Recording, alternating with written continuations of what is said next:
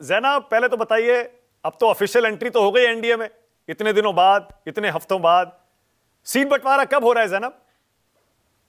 Seat बंटवारा जब होना होगा हो जाएगा। देखिए, कुछ दिन पहले मैं आपकी इसी डिबेट में बैठी थी, 4-5 दिन हो गए।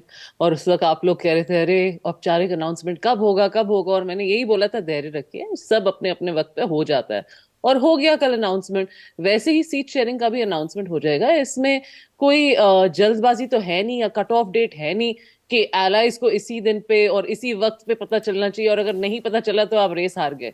ऐसी कोई बात है नहीं। तो ये इस बात पे अच्छा, कितनी सीटें बहस लड़ रहे हैं करना, आप बताइए फिर, कितनी सीटें वो भी आपको? वो भी अनाउंस हो हाँ, जाएगा। देखिए, वक्त पे सब अनाउंस, मैंने उस दिन भी आपको बोला था हमें पता है कब हम तो दो अनाउंसमेंट सुन होनी है, रहे हैं, आज दो भी मिल पता रही है। हैं आपको, और आप चार हाँ तो मांग रहे हैं, पांच मांग रहे हैं। आप अपने सूत्रों को बागपत फॉलो और करिए। बिजनौर मिल रही हैं, बस दो सीटें। हाँ, तो आप अपने सूत्रों को फॉलो करिए, देखिए जो आप बोल रहे हैं वो सच होता है कि नहीं। जब वक्त होगा तो अनाउंसमेंट हो जाएगी। तो कितनी लड़नी चाहिए आपको, ये तो बताइए। आपके हिसाब से आपकी पार्टी को जो जो वोट मिला है, जो इतिहास है, जो ताकत है आज जमीन पर, कितनी सीटें आरएलडी को मिलना चाहिए यूपी में? आरएलडी की जो सीटें हैं और हमारे जो अध्यक्ष हैं, उन्होंने जो डिसाइड किया है और जो वो भाजपा के साथ टॉक्स में हैं, उतनी ही सीटें लड़नी चाहिए। मैं ये बोलने वाली कौन हूं कि कितनी या कितनी नहीं। भाई, आपकी ताकत का अंदाजा तो आपको है ना।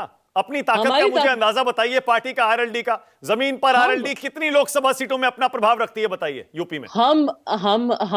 हमारा जो क्षेत्र है वेस्टर्न यूपी का, उसमें जितनी पार्लियामेंट्री सीट्स है, हमारी तो ताकत सब पर है। सब पर है। लेकिन हाँ, हाँ। एक एक प्रैक्टिकलिटी होती है और एक देखना पड़ता है अलायंस में किसका क्या बेनिफिट होता है। ओके। तो उसके अकॉर्डिंगली जो अध्यक्ष हमारे एक निर्णय लेंगे, हम उसी के साथ चलेंगे। ठीक है। और आपकी जो परिवारवादी पार्टी है, प्रधानमंत्री की परिभाषा में भी ऐसे परिवार जिनकी अपनी पार्टियां होती हैं, उस पर देखिए अभी अतुल लोंडे पाटिल क्या कह रहे हैं, किशोर तिवारी क्या कह रहे हैं, नाम भी गिनवा दिया चौ, उन्होंने तो, कि चौधरी पीएम जब चरण जब खुद अपने साथ में लेकर बैठते हैं परिवारवादी पार्टियों को, तो वो ऐसा हमला क्यों करते हैं विपक्ष पर? परिवारवाद परिवारवाद। तो लालू जी ने जो कहा, एक तरह से वो कह रहे हैं सही है।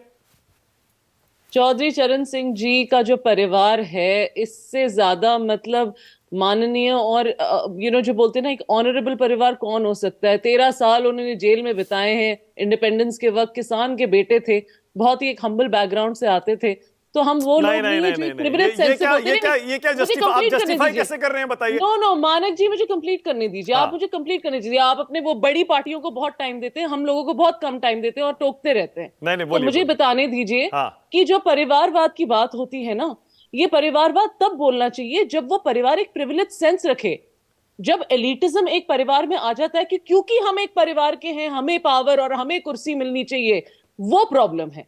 जब आप एक परिवार से आते हैं जहां आप उनकी संस्कृति, उनकी सभ्यता चला रहे हैं, उनका जो वैल्यूज और प्रिंसिपल्स हैं, जयंत जी अभी भी अपने ग्रैंडफादर की जितने भी प्रिंसिपल्स और वैल्यूज हैं, वो ऑन ग्राउंड अपने क्षेत्र में उन्होंने उसको कायम रखा है। अजीत सिंह जी ने जो शुगर मिल्स के लिए काम किया था, वो अपने फादर का पूरा जो उन्होंने काम करना चाहते थे, वो वेस्टर्न उत्तर प्रदेश में अपने शुगर फार्मर्स के, शुगर केन फार्मर्स के, वो उन्होंने कंटिन्यू किया। तो हम काम के बेसिस पे आगे बढ़ रहे हैं। हम ओके। इस मामले पे आगे नहीं बढ़ रहे कि हम चौधरी जी ठीक है। के ओके। फैमिली से अब आते हैं छोटा सा इसलिए मेरा, आप हमें वोट ओके, डालिए। बड़ा बड़ा इनोसेंट सा, मासूम सा मेरा एक क्रॉस क्वेश्चन है आपसे, बड़ा मासूम सा जी सवाल है। मतलब आप जी, ये कह रही हैं अच्छा काम करें तो परिवारवाद का आरोप नहीं लगना चाहिए? बिल्कुल नहीं लगना चाहिए, ओके, बिकॉज बहुत अब तो बढ़िया। फिर वही वही ओके, बात बहुत होगी बढ़िया। ना। अब ऑल तो राइट, हर तो कोई इसका किसी ना किसी मतलब, परिवार से ओके, आता है। ओके ओके, लेकिन एक हम और ये छोटा नहीं सा, बोलते कि एक और क्योंकि हम छोटा एक सा क्रॉस परिवार से क्वेश्चन, हैं। एक और छोटा सा क्रॉस क्वेश्चन।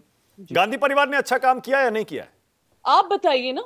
क्योंकि अभी जो, मैं किसी को व्यक्तिगत तौर पे अटैक नहीं करना चाहती। आप मुझे ऐसा क्वेश्चन पूछ रहे हैं कि मैं अटैक करूं, लेकिन नहीं नहीं आप नहीं बताइए। नहीं नहीं या नहीं नहीं आप कर रहेंगे, आपको ये है, ये ट्विस्टेड वे से क्वेश्चन पूछना, ये आप जानते हैं, ये बहुत बढ़िया है, नहीं नहीं, अच्छी आप बात है किसी पर, मानिक जी। सुनिए जैनब, आप किसी पर हमला मत करिए, लेकिन मैंने सवाल जो पूछा ना, आपने एक परिभाषा तय कर दी।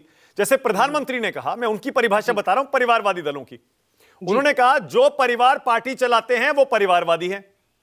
ठीक है, ये पीएम की परिभाषा है। अब आपने आज एक नई परिभाषा दे दी। आपने कहा जो परिवार काम करते हैं वो परिवारवादी नहीं है, जो अच्छा काम करते हैं और अपने मूल्यों को आगे बढ़ाते हैं वो परिवारवादी अरे नहीं हर है। कोई ना इसका कोई तो मतलब जो भी परिवार मूल्यों को आगे नहीं बढ़ाते, अच्छा काम नहीं करते, जी, वो परिवारवादी है। ठीक है। देखिए, हर कोई किसी ना किसी परिवार से तो आता है और शायद फिर आगे उसी एक ऑक्यूपेशन में रहे, उसमें कोई दिक्कत नहीं है।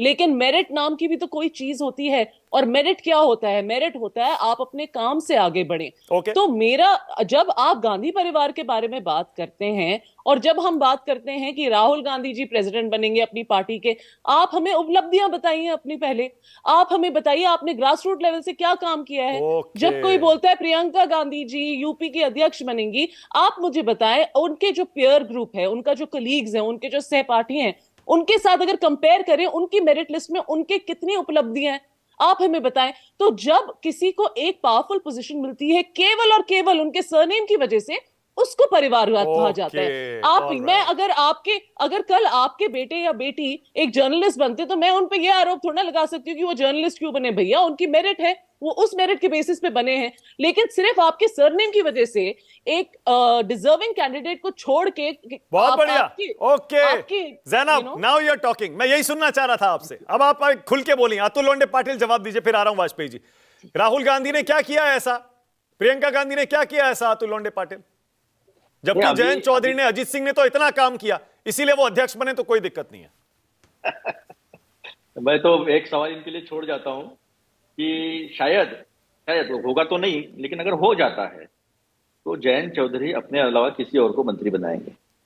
1989 के बाद गांधी परिवार का कोई भी व्यक्ति मौका होते हुए, जनता ने मैंडेट दिया था सोनिया जी को 2004-2009 में, उनके नेतृत्व में हमने चुनाव लड़े थे, वो किसी पद पर नहीं गए। उन्होंने प्रधानमंत्री मनमोहन सिंह साहब को बनाया। उनके परिवार ने इस देश के लिए शहादत दी है। स्वाधीनता के पहले भी वो जेल में गए, स्वाधीनता के बाद भी शहादत दी है। और राहुल जी जनरल सेक्रेटरी बने, उन्होंने एमपी बने, चुन के आए और लोगों के बीच में काम किया। मनरेगा पे काम करने वाला प्रोबेबली एक ही परिवार होगा। परिवार की बात है तो मनरेगा पे जाकर एक दिन मनरेगा वालों से काम करना, ठीक है, ओके, ऑल राइट। छोटे छोटे लोगों से जाकर एक वाजपेयी जी। एक मिनट, जयंत चौधरी ने क्या कर लिया? अपने पिताजी, अपने दादाजी, इनके सिद्धांतों को छोड़ दिया। उनके दादाजी को प्रधानमंत्री जनसंघ ने नहीं बनने दिया था, आपके लिए बता रहा हूं जैनब जी। और किसानों के लिए आज अगर चौधरी चरण सिंह होते ना और किसानों पे अगर इस तरह से गोलियां, आंसू बोले और लाठी काठी और कील ठोकते ना, तो ओके, एक Vajpayee, all right, Vajpayee ji. Okay, Vajpayee ji, एक वाजपेयी जी, यहीं से शुरू करिए। लालू जी जो ये कह रहे हैं, ये जो जिस भाषा का इस्तेमाल किया, अतुल लोंडे पाटिल कह रहे हैं, ये तो क्या गलत